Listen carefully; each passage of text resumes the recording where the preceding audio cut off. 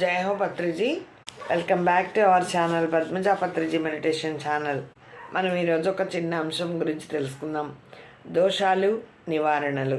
మరి ఈ దోషాలు ఎలా వస్తాయి, మనం దాన్ని నివారణ ఎలా చేసుకోవాలి? సంపన్నుడైన పెద్ద మనిషి నగర శివారులో ఒక ఫామ్ హౌస్ కొన్నాడు. ఒక పెద్ద మనిషి అంట సంపన్నుడు, ఆ డబ్బులున్న ధనవంతుడు. అందులో 50 ఏళ్ల నాటి ఒక పెద్ద మామిడి చెట్టు కూడా ఉంది. నిజానికి ఆ మామిడి చెట్టుకి చూసే ముచ్చటపడి ఆ స్థలాన్ని కొన్నాడు, ఆ ఆస్తిని కొన్నాడు ఆ పెద్ద మనిషి. కొత్త ఇంటికి వాస్తు చూపించుకుని తగిన మార్పులు చేసుకోమని సన్నిహితులు సలహా ఇచ్చారు. ఫ్రెండ్స్ అందరూ చెప్పారు, మామిడి చెట్టు ఉంది కదా, నువ్వు ఆ స్థలాన్ని కొన్నావు, ఒకసారి ఎవరైనా గురువు గారిని పిలిచి చూపించుకో అని చెప్పారు. ఒక సిద్ధాంతిని పిలిచి వాస్తు చూపించుకో అని చెప్పారు. ఒక వాస్తు సిద్ధాంతిని తీసుకొని కారులో ఫామ్ హౌస్కి బయలుదేరాడు.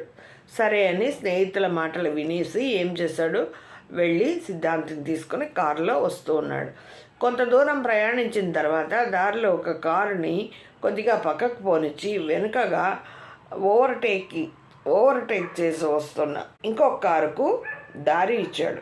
కొంత దూరం ప్రయాణించిన తర్వాత దారిలో కారును కొద్దిగా పక్కకు పోనిచ్చి వెనకగా ఓవర్టేక్ చేసి వస్తున్న కారుకు దారి ఇచ్చాడు. అర్థమైంది కదా?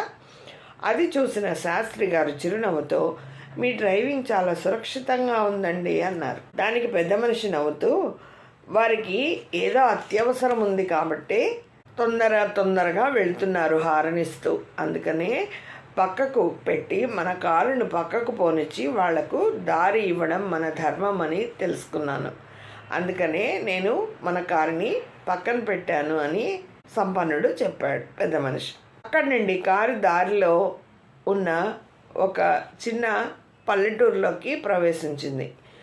అక్కడ ఇరుకు వీధుల్లో ఆ పెద్ద మనిషి కారు వేగం తగ్గించి నెమ్మదిగా నడపసాగాడు. ఇంతలో హఠాత్తుగా ఒక కొంటె కుర్రాడు రోడ్డుకు అడ్డంగా పరిగెత్తుకుంటూ వెళ్ళాడు. రోడ్డుకు అడ్డంగా ఒక చిన్న పిల్లవాడు పరిగెత్తాడు.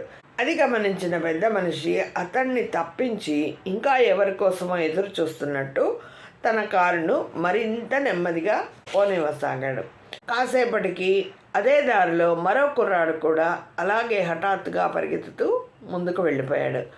ఆశ్చర్యపోయిన ఆ సిద్ధాంతి శాస్త్రి గారు, ఇలా ఇంకో పిల్లాడు మళ్ళీ వస్తాడని మీరు ఎలా ఊహించారు అని అడిగాడు. అలా ప్రశ్నించాడు. అప్పుడు పెద్ద మనిషి నవ్వుతూ, పిల్లలు ఎప్పుడు అంతే కదండి, ఒకడు వెంట మరొకడు వెంట పడుతూ ఆడుకుంటారు, వెనక ఇంకొకడు లేకుండా ఒకడే ఎప్పుడు ఆడుకోడు కదా